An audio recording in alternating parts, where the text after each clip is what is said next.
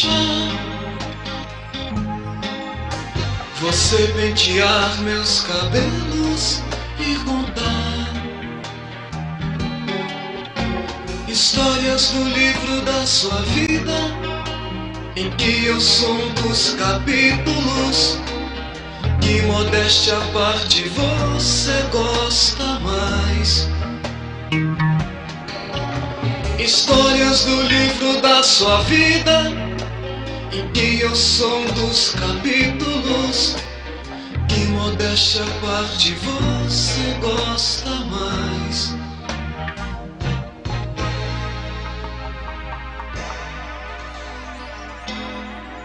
Mamãe, tô com muitas saudades das guloseimas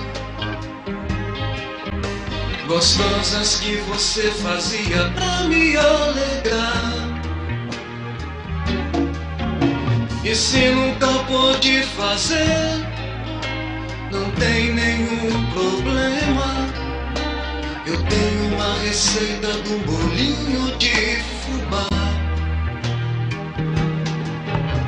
que juntos vamos fazer, que juntos vamos comer, enquanto você me prepara aquele café.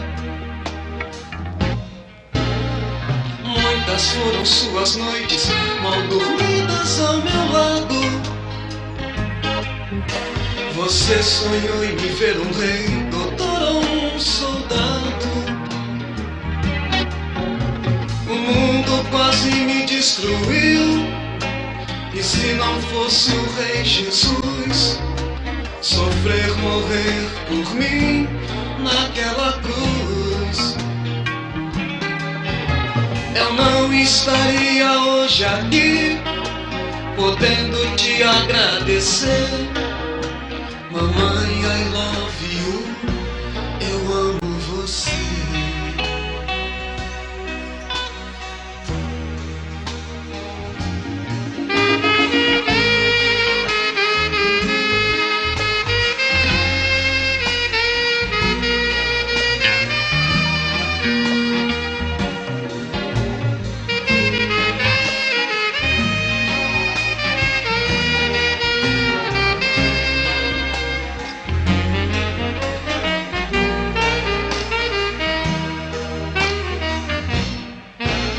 Muitas foram suas noites mal dormidas ao meu lado.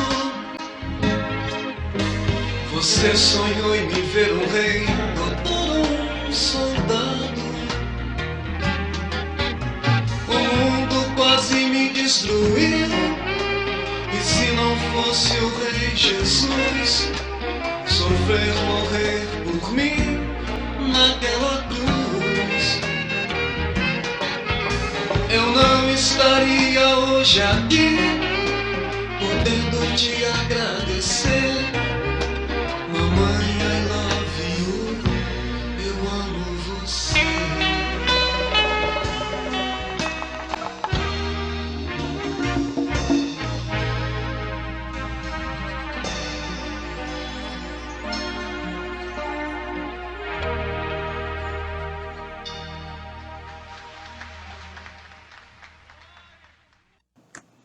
Meus caros irmãos, muito bom dia, graça e a paz do Senhor Jesus.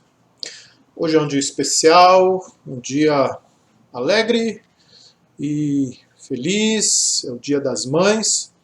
Para muitos, a saudade gostosa da mamãe, que acariciou os cabelos, que fez bolinhos de fubá e que se foi e deixou boa saudade. Diz o salmista: pois tu formaste o meu interior, tu me teceste no seio da minha mãe. Quero desejar a todos um feliz Dia das Mães. Quero orar com você. Pai, muito obrigado porque o Senhor nos abençoa com a figura materna. Muito obrigado, Deus, porque na sua inteligência, na sua sabedoria, na sua criatividade, o Senhor construiu esses papéis, inventou essas identidades para que delas fôssemos abençoados, Pai. Muito obrigado por nossas mães. Obrigado, Senhor, por minha mãe, que me ensinou o caminho da salvação. Obrigado, Deus, pelos anos com os quais o Senhor abençoou a minha vida, através da vida dela, com seus ensinos, com suas orientações, com suas broncas, com seus carinhos. Obrigado a Deus, porque mesmo sendo uma pessoa simples, o Senhor trabalhou na vida dela e abençoou a minha vida, a vida dos meus irmãos, através da nossa mãe, Pai. Obrigado, Deus, pelas mães da nossa igreja. Abençoe a cada uma delas nesse dia, Pai, que tenham grande satisfação, alegria nos seus filhos. Pedimos que nessa manhã tenhamos entendimento da Tua palavra e que possamos, ó Deus, dela tirar lições para a nossa vida, para o nosso tempo, para os nossos procedimentos como filhos, como pais e como mães.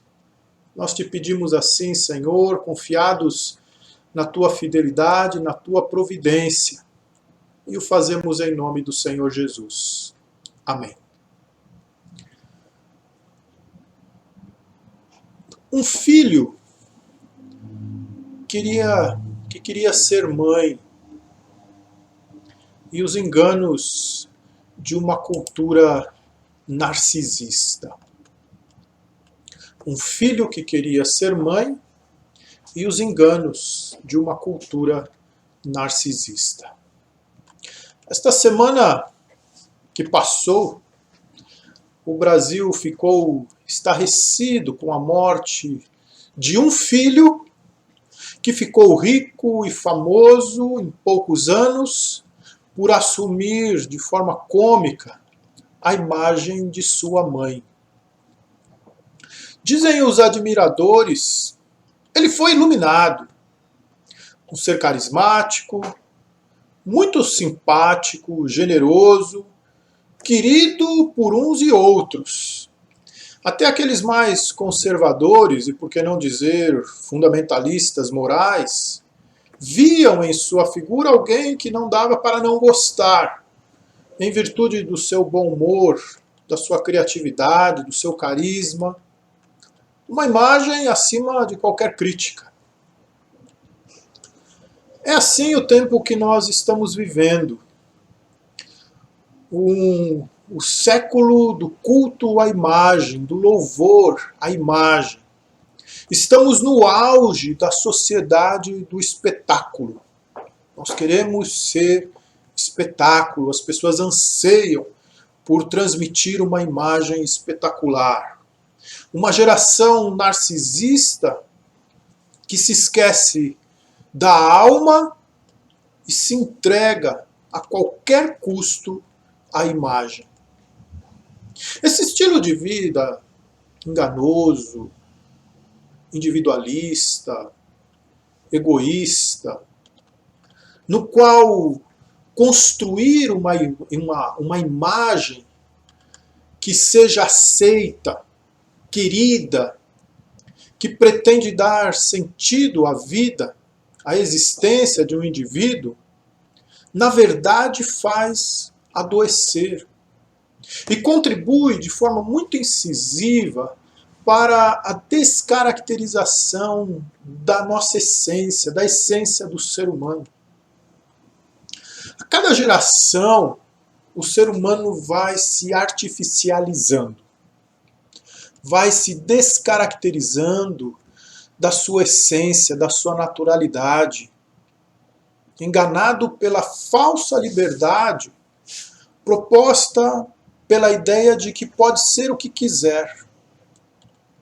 A maior doença do nosso tempo é investir a vida em uma imagem. Viver e não conhecer, é investir a vida em uma imagem e não conhecer, viver, desfrutar da liberdade provida pela identidade própria. O que eu quero dizer é que no tempo de hoje, enganosamente, o ser humano troca a sua identidade, a sua essência, aquele ser criado à imagem e semelhança de Deus, pelo engodo de uma imagem, pelo engano de entender que se eu tiver uma boa imagem, eu vou ser livre. Então, é ter que abrir mão de sentimentos, de emoções, de características próprias que personificam, que em muito dizem realmente quem somos, para se dedicar a construir e manter uma imagem. É deixar de lado, suprir a identidade em prol de uma simples imagem que é do outro. Nós vivemos o fenômeno do desejo mimético, o desejo de imitar, ou seja, a necessidade de imitar. Temos uma necessidade muito grande de ser o outro, de querer ser o outro, de querer se parecer com o outro. Então, nesse tempo em que vivemos, escolhem-se ídolos para serem imitados. E vive-se por esses ídolos, esquecendo de quem realmente se é, de quem realmente foi criado à imagem e semelhança de Deus. Uma mãe, ela perde seu filho quando ela não consegue, no processo relacional mãe e filho, mostrar a ele que ele é uma pessoa criada à imagem e semelhança de Deus, para ser o que Deus preparou para que ele fosse. Uma mãe, ela perde o seu filho quando ela inconscientemente projeta nele seus desejos, seus anseios, seus sonhos, suas frustrações e insiste que ele realize todas elas, abrindo mão de sua identidade para expor simplesmente uma imagem. Uma mãe que não investe na descoberta, no desvelamento da identidade que Deus imprimiu em seu filho, simplesmente perde o seu filho. Tenho para mim que a mãe em evidência na mídia esta semana não conheceu o filho que Deus confiou a ela. Ela simplesmente alimentou uma caricatura sua, que provavelmente, em grande medida, ela mesma construiu no corpo do seu filho. Ela viveu os seus anseios, a sua fama, os seus sonhos, as suas desventuras no filho, de quem possivelmente tenha privado de sua identidade. Ele, na sua ânsia de ser livre, e com a inteligência ímpar que lhe foi concedida de forma natural e que fazia parte de sua identidade, construiu uma imagem. E de alguma forma foi amado, ovacionado, mas na figura de sua mãe. Quem foi o artista criado à imagem e semelhança de Deus, com aquele talento todo? Nunca vamos saber. Ele não viveu a sua identidade, mas apenas no espectro dela, suprimida por uma imagem forte de sua mãe, uma imagem narcisista. Esses são alguns prejuízos das gerações presentes, prejuízos muito bem disfarçados de alegria, riso, comicidade, sucesso, talento, fama, e outras vaidades tão preciosas em tempos narcisistas, que corre atrás do vento e chega a lugar nenhum. Isso não é uma crítica, uma condenação, um julgamento, é uma ilustração. A ilustração de um fenômeno acentuado do nosso tempo, o qual chamamos de narcisismo cultural. O que é isso? O que é isso, senão a negação da identidade, do self, em prol de um investimento elevado na construção de uma imagem positiva, envolvente, sedutora, que se adeque às exigências do século e seja bem aceita, ovacionada. E tudo isso em detrimento de qualquer investimento e renúncia exigidos para que se entenda e viva a identidade que Deus oferece às suas criaturas. As redes sociais estão repletas de exposições assim, em menor grau de publicidade, mas o que realmente está lá em grau majoritário são imagens distantes da realidade, construídas, que se escondem, escondem todas as feiuras e se vendem perfeitas. É uma leitura a partir de um conceito de identidade que a Bíblia nos oferece. A Bíblia nos diz que somos imagem e semelhança de Deus. Homem e mulher os criou à sua imagem e semelhança. Nos diz que para cada ser, Deus planeja uma identidade. E para que ela seja plenamente conhecida e vivida, é importante que conheçamos bem a verdade que está em Cristo, porque ela nos liberta para assumirmos bem a nossa identidade, para que nos contentemos bem com o que nós somos, com o corpo com o qual Deus nos fez, com a personalidade com a qual Deus nos fez, com o nosso temperamento. Quem sou eu? Você sabe quem é você? Você conhece bem a originalidade do teu ser com a qual Deus te criou e se contenta com ela? Ou você quer melhorar um pouquinho o que Deus fez à luz de um ídolo? Ou você está se confundindo com uma imagem refletida de um ídolo que te escraviza, que te encarcera e te priva da liberdade de ser você mesmo? A identidade que Deus dá aos nossos filhos, em grande medida, cabe a nós, pais e mães, fazê-los conhecer. Deus nos confia essa prerrogativa de encaminhar bem os nossos filhos à sua identidade, a identidade que Deus deu a eles. Essa identidade não é simplesmente uma imagem fictícia, fantasiosa. Não se constitui de nossas projeções nos nossos filhos.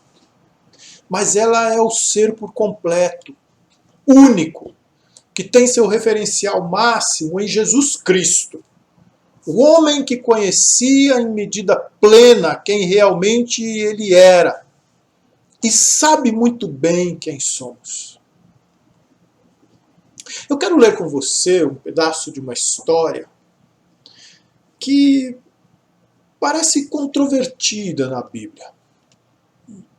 Um episódio na vida de uma mãe que em alguma medida privou o seu filho de sua identidade, causou muitos desgastes, até que ele tivesse então sua identidade de fato restaurada e revelada por Deus. Essa história ela pode nos prover de princípios que iluminam a vida de mães e pais na condução de seus filhos à identidade que Deus oferece a eles. Se você tem aí a sua Bíblia, abra no capítulo 27 de Gênesis, ou então acompanhe aqui comigo. Eu vou ler para você alguns versículos desse capítulo, dessa história. Tendo-se envelhecido Isaque, e já não podendo ver, porque os olhos se lhe enfraqueciam, chamou a Esaú, seu filho mais velho, e lhe disse: Meu filho, respondeu ele, aqui estou. Disse-lhe o pai: Estou velho e não sei o dia da minha morte. Agora, pois, toma as tuas armas, a tua aljava e o teu arco, sai ao campo e apanha para mim alguma caça, e faze-me uma comida saborosa, como eu aprecio, e traze-ma, para que eu coma e te abençoe antes que eu morra. Rebeca esteve escutando enquanto Isaque falava com Esaú, seu filho. E foi-se Esaú ao campo para apanhar a caça e trazê-la. Então disse Rebeca a Jacó, seu filho: ouvi teu pai falar com Esaú, teu irmão, assim: traze caça e faze-me uma comida saborosa, para que eu coma e te abençoe diante do Senhor, antes que eu morra. Agora, pois, filho meu, atende às minhas palavras, com o que te ordeno. Vai ao rebanho e traze-me 2 bons cabritos. Deles farei uma saborosa comida para teu pai, como ele aprecia. Levá-las a teu pai, para que a coma e te abençoe, antes que morra. Disse Jacó a Rebeca, sua mãe: Esaú, meu irmão, é homem cabeludo, e eu homem liso. Dar-se-á o caso de meu pai me apalpar, e passarei a seus olhos por zombador. Assim trarei sobre mim maldição, e não bênção. Respondeu-lhe a mãe: caia sobre mim essa maldição, meu filho. Atende somente o que eu te digo. Vai e traze-mos. Ele foi, tomou-os e os trouxe à sua mãe, que fez uma saborosa comida, como o pai dele apreciava. Depois tomou Rebeca a melhor roupa de Esaú, seu filho mais velho, roupa que tinha consigo em casa, e vestiu a Jacó, seu filho mais novo. Com a pele dos cabritos, cobriu-lhe as mãos e a lisura do pescoço. Então entregou a Jacó, seu filho, a comida saborosa e o pão que havia preparado. Jacó foi a seu pai e disse: meu pai? Ele respondeu: fala, quem és tu, meu filho? Respondeu Jacó a seu pai: sou Esaú, teu primogênito. Fiz o que me ordenaste. Levanta-te, pois, assenta-te e come da minha caça, para que me abençoes. Disse Isaque a seu filho: como é isso, que a pudeste achar tão depressa, meu filho? Ele então respondeu: porque o Senhor teu Deus a mandou ao meu encontro. Então disse Isaque a Jacó: chega-te aqui para que eu te apalpe, meu filho, e veja se és meu filho Esaú ou não. Jacó chegou-se a Isaque, seu pai, que o apalpou e disse: a voz é de Jacó, porém as mãos de Esaú. E não o reconheceu, porque as mãos, com efeito, estavam peludas, como as de seu irmão Esaú. E o abençoou. E lhe disse: és meu filho Esaú mesmo? Ele respondeu: eu sou. Então disse: chega isso para perto de mim, para que eu coma da caça de meu filho, para que eu te abençoe. Chegou-lhe e ele comeu. Trouxe-lhe também vinho e ele bebeu. Então lhe disse Isaque, seu pai: chega-te e dá-me um beijo, meu filho. E ele se chegou e o beijou. Então o pai aspirou o cheiro da roupa dele e o abençoou e disse: eis que o cheiro do meu filho é como o cheiro do campo que o Senhor abençoou. Deus te dê do orvalho do céu e da exuberância da terra, e fartura de trigo e de mosto. Sirvam-te povos e nações e reverenciem. Sê senhor de teus irmãos, e os filhos de tua mãe se encurvem a ti. Maldito seja o que te amaldiçoar, e abençoado o que te abençoar. Ao acabar Isaac de abençoar a Jacó, tendo este saído da presença de Isaac, seu pai, chegou Esaú, seu irmão, da sua caçada. Muito bem, você conhece bem essa história, o desfecho dela, o desenrolar de toda ela. Do capítulo 25 de Gênesis até o final, até o capítulo 50, a história de Jacó vai ser contada, a saga de seus filhos, de suas esposas, e essa história é muito emblemática. É a história da nossa vida, é a história da humanidade. Durante muitos anos, Jacó sofreu por não dar atenção à sua identidade e se render a esses caprichos de sua mãe, que se arvorou através de um plano astuto e usurpador a fazer o papel de Deus na vida de seu filho. Nós pensamos nessa história como controvertida por causa dessa figura de Rebeca e do que ela faz na vida de Jacó. Uma mãe presunçosa, uma mãe que queria resolver algumas coisas que cabiam a Deus. Fazer o papel de Deus na vida de seu filho. Eu não vejo controvérsia nenhuma aqui. Eu li um autor e ele falava que Raquel foi muito corajosa, que ela foi uma heroína. Não, isso não é verdade. Deus não pode compactuar com o que essa mulher fez. Jacó mentiu para o seu pai, Jacó abriu mão de uma percepção que ele teve de tudo que estava acontecendo para se entregar aos caprichos, aos mandos de sua mãe. Esse é um perigo muito grande no cumprimento do papel de mãe. Mães envolvidas por seu espírito protetor tendem a fazer qualquer coisa para pouparem seus filhos de frustrações, dores, esforços, entre outros itens que possam denotar algum sofrimento. E podem chegar ao extremo de quererem fazer o que cabe a Deus. O resultado desses esforços para resolver bem a vida dos filhos, na verdade, pode causar um grande sofrimento. Havia uma promessa na vida de Jacó. E Deus revelou a Rebeca a identidade de Jacó. Deus revelou a Rebeca quem seria Jacó. Respondeu-lhe o Senhor: 2 nações há no teu ventre, 2 povos nascidos de ti se dividirão. Um povo será mais forte que o outro, e o mais velho servirá ao mais moço. Deus falou isso para ela. A minha promessa será cumprida. Ela sabia o que aconteceria. Mas quando próximo da morte de Isaac, seu esposo, ela decidiu que na verdade, Isaac decidiu que abençoaria Esaú, o filho mais velho.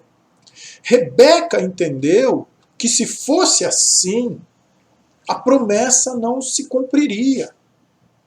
Ela então armou um plano para que Isaac abençoasse Jacó e não Esaú. Muito semelhante ao equívoco de Sara. Havia uma promessa na vida de Abraão, na vida de Sara, na vida do casal, de que eles teriam um filho, mas eles estavam envelhecendo, e parecia que aquela promessa não iria se cumprir. Ela então procura resolver o problema. Insiste com Abraão para que ele se deitasse com a serva e tivesse um filho, e foi assim que aconteceu. Mas a despeito dos esforços de Sara, Deus cumpriu a palavra dele na vida de Abraão. E o que aconteceu a partir daquele ato, daquela insistência de Sara em fazer o que Deus deveria fazer, as consequências foram deles.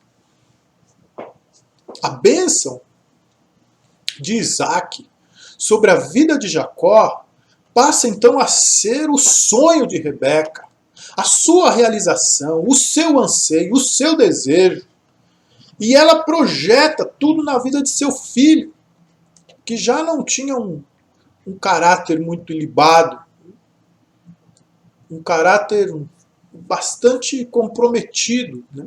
Jacó já havia sido muito astuto e agiu de forma muito conveniente para tirar a primogenitura do seu irmão. Nos capítulos anteriores você pode ler essa história. Ele foi um enganador, um desonesto. Ele usurpou a primogenitura de Esaú. O plano de Rebeca nos diz muito sobre o caráter de Jacó.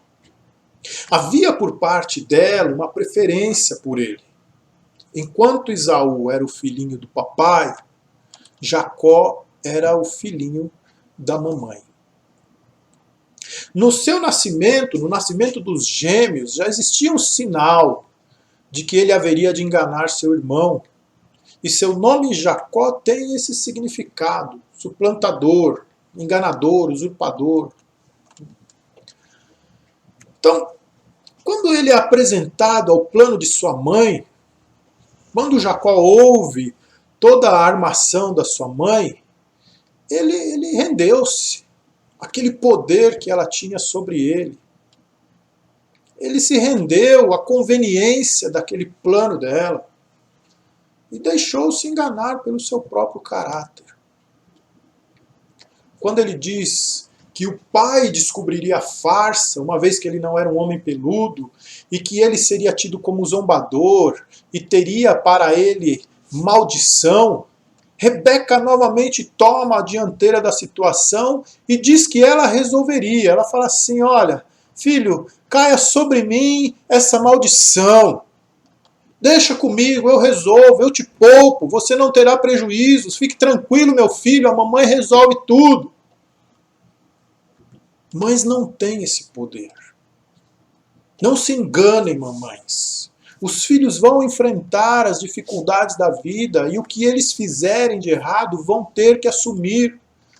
Por mais que você se ache capaz de tomar a dianteira e resolver, não vão escapar das consequências de viverem a falta da identidade deles, de viverem a sua sombra, de viverem a sua imagem. Olha o que ela diz para ele: atende somente o que eu te digo. Essa frase é muito forte. Ela é denunciadora.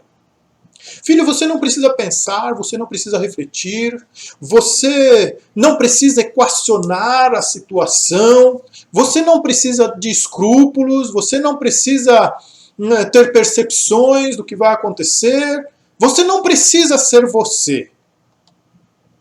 Renda-se simplesmente à minha imagem. Atende somente o que eu te digo.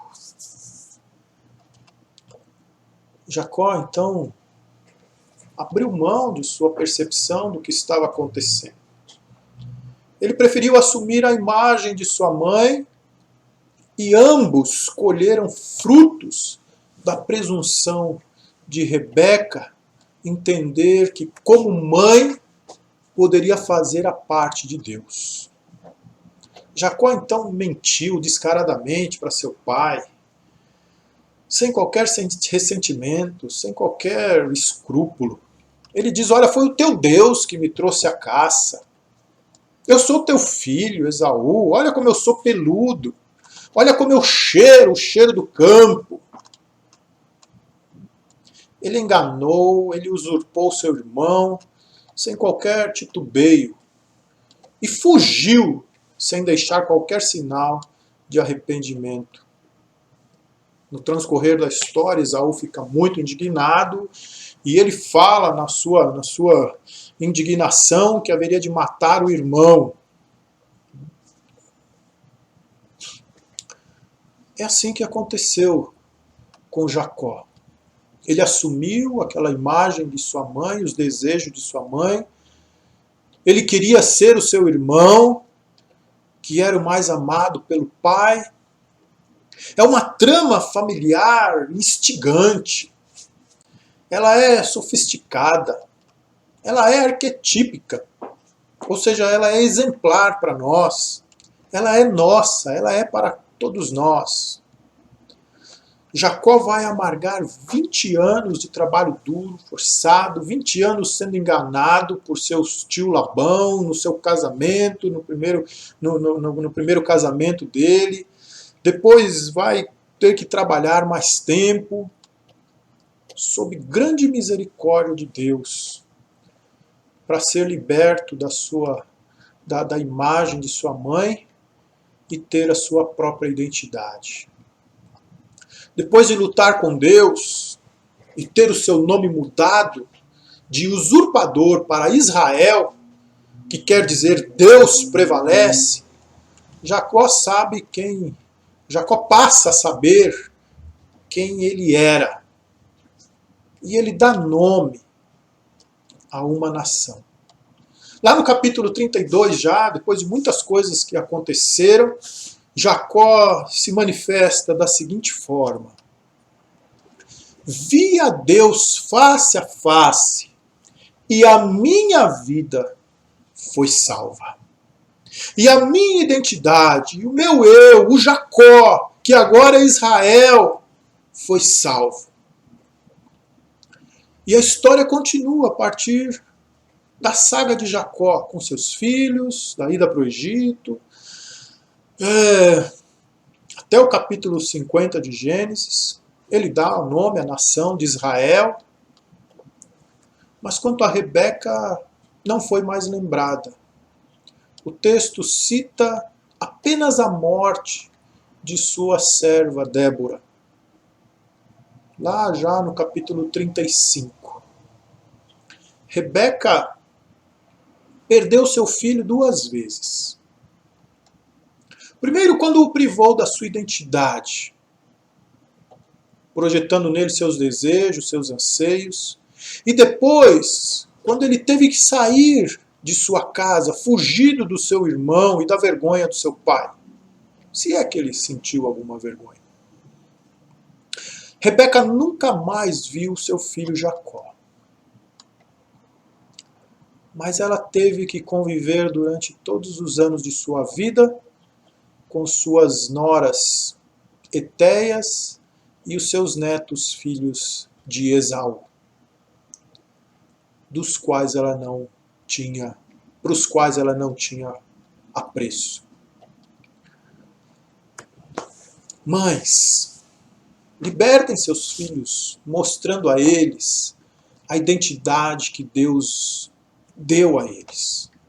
Não se preocupem simplesmente em produzirem, em projetarem neles uma imagem para ser vendida lá fora, para uma reputação ilibada. Mas formem homens e mulheres de Deus. Para isso que Deus os confiou a vocês. Para isso que Deus confiou a nós, filhos. Não queiram fazer a parte de Deus. Não poupem seus filhos das consequências de seus erros. Não tomem o lugar deles, nem queiram que eles sejam vocês. Tem uma outra história na Bíblia de uma mãe que recebe de Deus a revelação da identidade de seu filho. Maria recebeu de Deus a identidade de Jesus. O anjo disse a ela quem seria Jesus. Eis que conceberás e darás à luz um filho, a quem chamarás pelo nome de Jesus. Este será grande e será chamado Filho do Altíssimo. Deus, o Senhor, lhe dará o trono de Davi, seu pai. Ele reinará para sempre sobre a casa de Jacó, e o seu reinado não terá fim.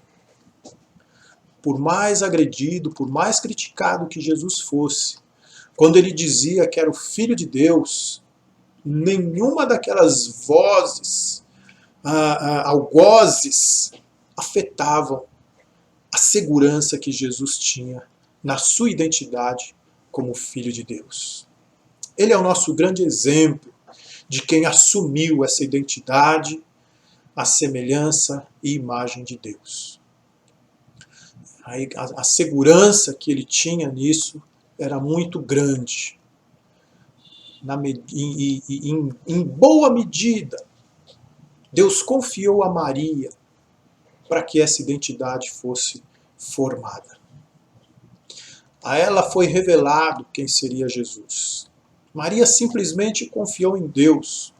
Vendo seu filho na cruz, ela confiou que a promessa de Deus se cumpriria na vida dele e não se arvorou a fazer o trabalho de Deus na vida do seu filho.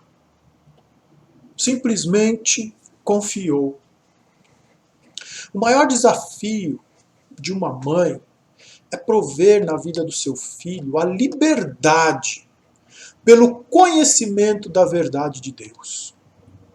O maior prazer de uma mãe é ver seu filho seguro da sua identidade, da identidade que Deus deu a ele, sem que ele tenha necessidade de ficar construindo, ficar investindo numa imagem fictícia, numa imagem que não existe, ou numa imagem de algum ídolo, ou na sua própria imagem de mãe.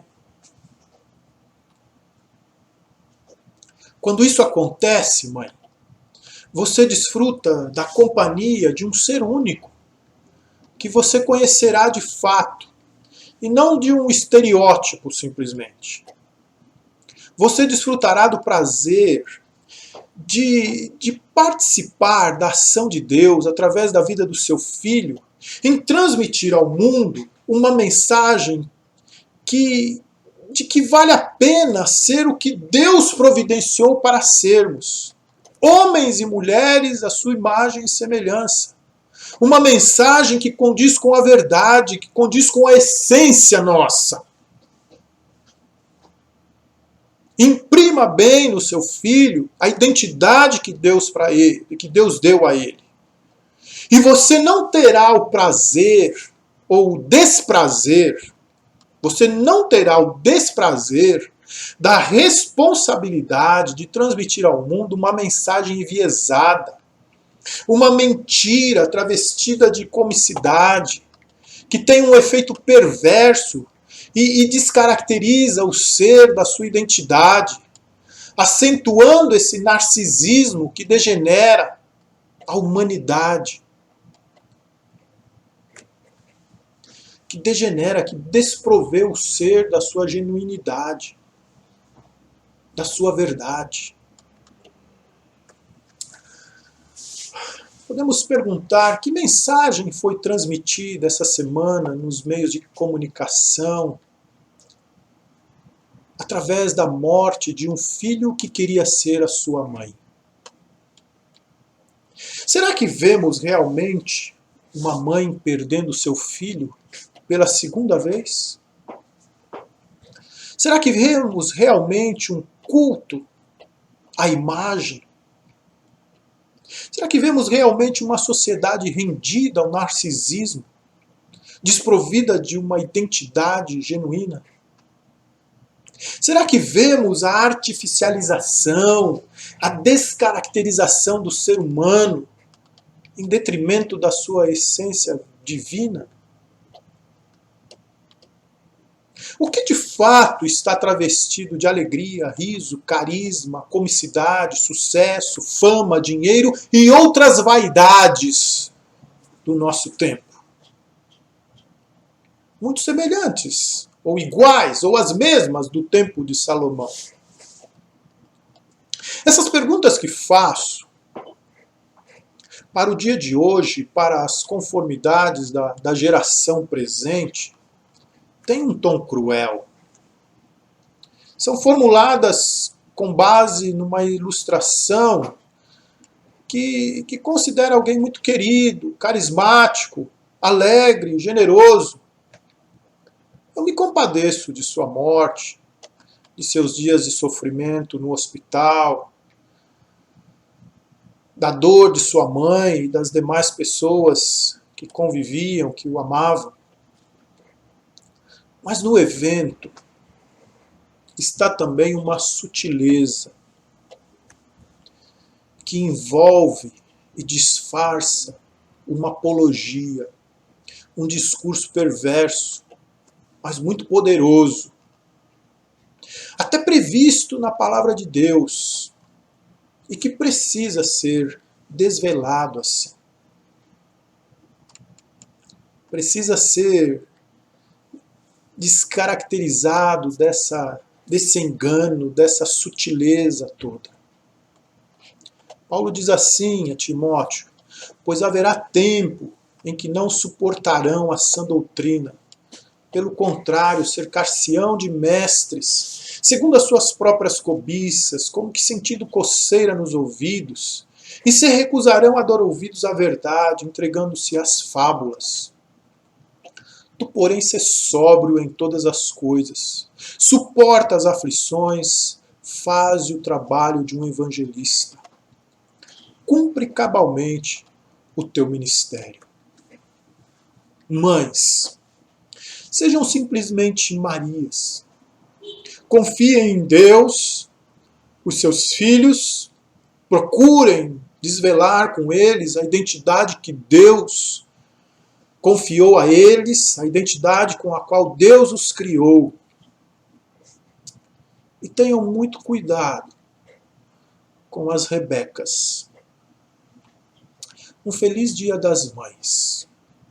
Que Deus abençoe muito a tua vida como uma mãe e te dê essa sabedoria do céu para cuidar bem do seu filho, para que ele cresça e entenda que é de fato um ser criado à imagem e semelhança de Deus, com uma identidade segura à luz da identidade de Jesus.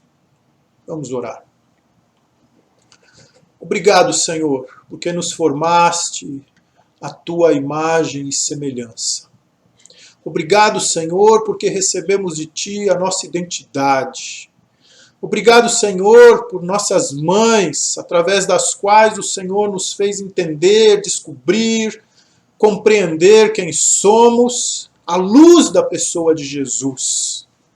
Dá-nos, ó Deus, sabedoria, entendimento para anunciarmos essa verdade, para proclamarmos as maravilhas do teu reino, a fim de que, ó Deus, minimizemos os engodos, as falácias, as sutilezas dos discursos, das notícias, dos eventos desse nosso tempo, Pai, tão mergulhado, ó Deus, num culto à imagem, tão mergulhado nos falsos discursos, nos falsos moralismos, Pai.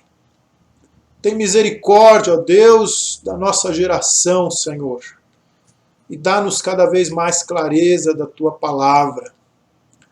E que as mães, ó Deus, tenham essa inteligência, essa sabedoria, como Maria, ó Deus, confiou no Senhor a identidade do seu filho e contribuiu, ó Deus, na formação de Jesus, para que ele tivesse plena convicção da sua identidade como filho do Senhor, como servo, como filho do Deus Altíssimo. Que as nossas mamães, ó Deus, tenham essa inteligência e transmitam para seus filhos esse ensino tão fundamental para a vida deles, Pai. Em nome de Jesus. Amém.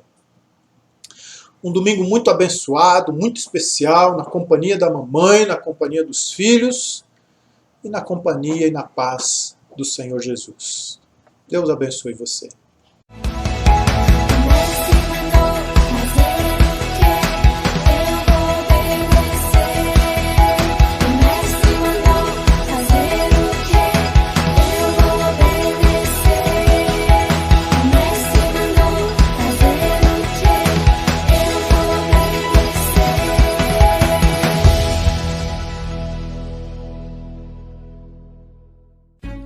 Oi, gente, tudo bem? Como é que vocês estão? Eu tô aqui em casa, mas eu não tô muito bem, não. Parece que tá tudo acontecendo ao mesmo tempo. Tem um monte de gente aqui dentro dessa casa. Eu não aguento mais! Pois é, tá muito difícil. Mas parece que eu não tô sozinho nessa não, viu? Parece que eu não estou sozinho nessa situação. Sabe por quê? Porque a Duda acabou de me mandar uma mensagem. Dá uma olhada.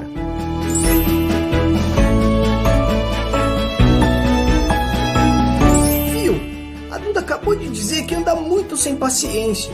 Parece que a irmã dela é sempre a preferida em casa e os pais delas não estão entendendo isso. Aí ela perguntou: o que eu faço quando eu sinto muita raiva? Eu tenho certeza que a gente já viu uma história dessas em todas essas histórias que a gente já contou. Vamos ver o que a gente aprendeu com o mestre sobre raiva? Vamos! Mas é claro que a gente vai! Um homem tinha 2 filhos. Um dia, o mais novo disse ao pai: Então, pai, eu tava pensando assim, será que você não podia dar a minha parte da herança agora? Isso é impossível. Mas é claro, meu filho. Aqui está. Obrigado, pai. Mas pai... O filho mais novo saiu de casa e gastou tudo o que tinha. Fique preocupado, vai dar tudo certo, confia no pai. Confia no pai. Eu tô rico!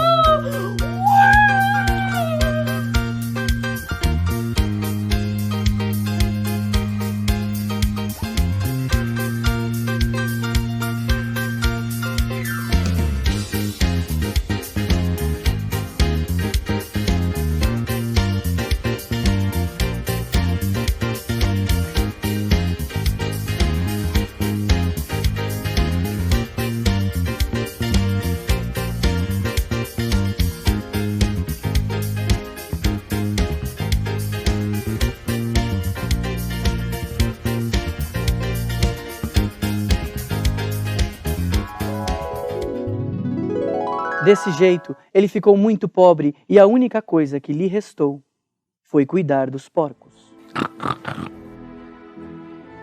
A situação era tão ruim que ele passou a desejar a comida que era dada para os porcos.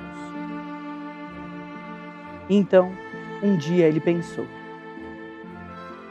Os vários empregados do meu pai têm comida de sobra e eu tô aqui, passando fome.